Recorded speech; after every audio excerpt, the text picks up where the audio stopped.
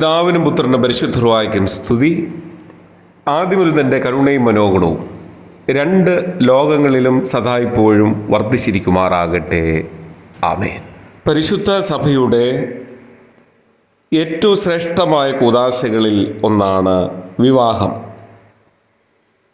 വിവാഹിതരാകുന്ന ദമ്പതികളെ വേർതിരിഞ്ഞ് പോകാനാവാത്ത വിധം ആത്മീയമായി ബന്ധിക്കുകയും അവരെ ഒരു ശരീരവും ഒരു ആത്മാവുമാക്കി തീർക്കുകയുമാണ് വിവാഹ കൂദാശയിലൂടെ പരിശുദ്ധ സഭ ചെയ്യുന്നത്.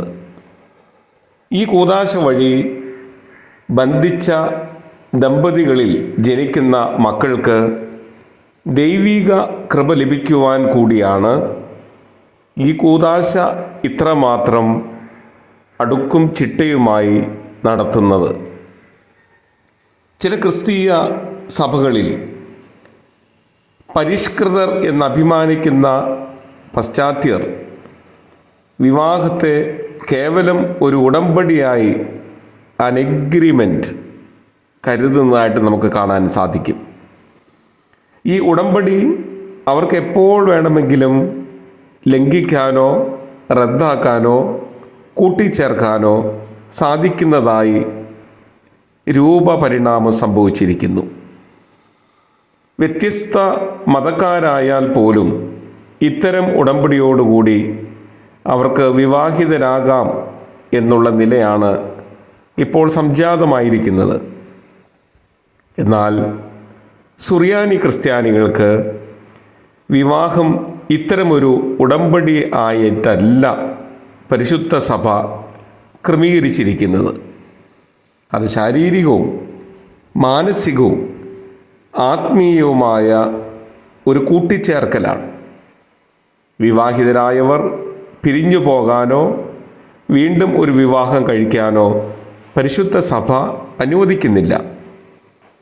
ദമ്പതികളിൽ ഒരാൾ മരിച്ചാൽ മറ്റേ ആളിന് പുനർവിവാഹം കഴിക്കാൻ സഭ അനുവദിക്കുന്നുണ്ട്. എന്നാൽ ഈ വിവാഹത്തിൻ്റെ ശുശ്രൂഷകൾ പോലും വ്യത്യസ്തമാണ്. കിരീടം വാഴ്വ്, മോതിരം വാഴ്വ് തുടങ്ങിയ ശുശ്രൂഷകൾ പുനർവിവാഹം നടത്തുന്ന ആളിൽ പരിശുദ്ധ സഭ നടത്തുന്നില്ല.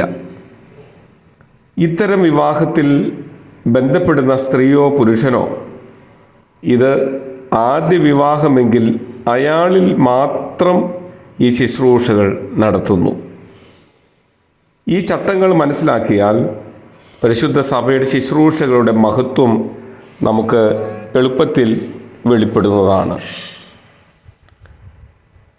മത്തായിയുടെ സുവിശേഷം 19-ാമത്തെ അധ്യായത്തിൻ്റെ ആദ്യത്തെ 12 വചനഭാഗവും എഫേസ്യ ലേഖനത്തിൻ്റെ 5-ാമത്തെ അധ്യായത്തിൻ്റെ 21-ാമത്തെ വാക്യവും 6-ാമത്തെ അധ്യായത്തിൻ്റെ 3-ാമത്തെ വാക്യവും നമുക്ക് വായിച്ച് ധ്യാനിക്കുവാൻ പരിശുദ്ധ സഭ ചിട്ടപ്പെടുത്തി തരുന്നുണ്ട്. ഇതര കാനോനിക ഗ്രന്ഥമായ തൂബീദിൻ്റെ പുസ്തകം 8-ാമത്തെ അധ്യായത്തിൻ്റെ 4 മുതൽ 8 വരെയുള്ള വാക്യങ്ങൾ പരിശോധിക്കുമ്പോൾ ലൈംഗിക വികാരത്തെ പ്രാർത്ഥനയിലൂടെ പക്വമാക്കി തീർക്കുക എന്നാണ് അവിടെ പ്രസ്താവിച്ചിരിക്കുന്നത്. ഭൗതികതയുടെ അതിപ്രസരത്തിലൂടെ പൈശാചികമായ സ്വാധീനം ഉണ്ടാകാതെ വിവാഹിതരായവർ സൂക്ഷിക്കേണ്ടതായിട്ടുണ്ട്.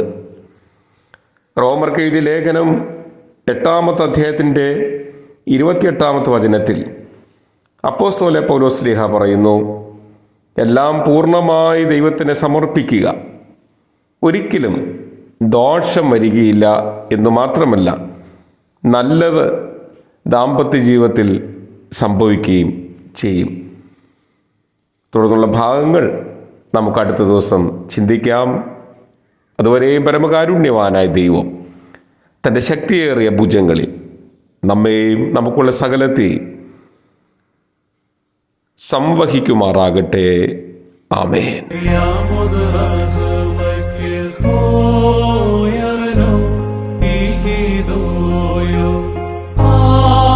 Alo, das Jehovah.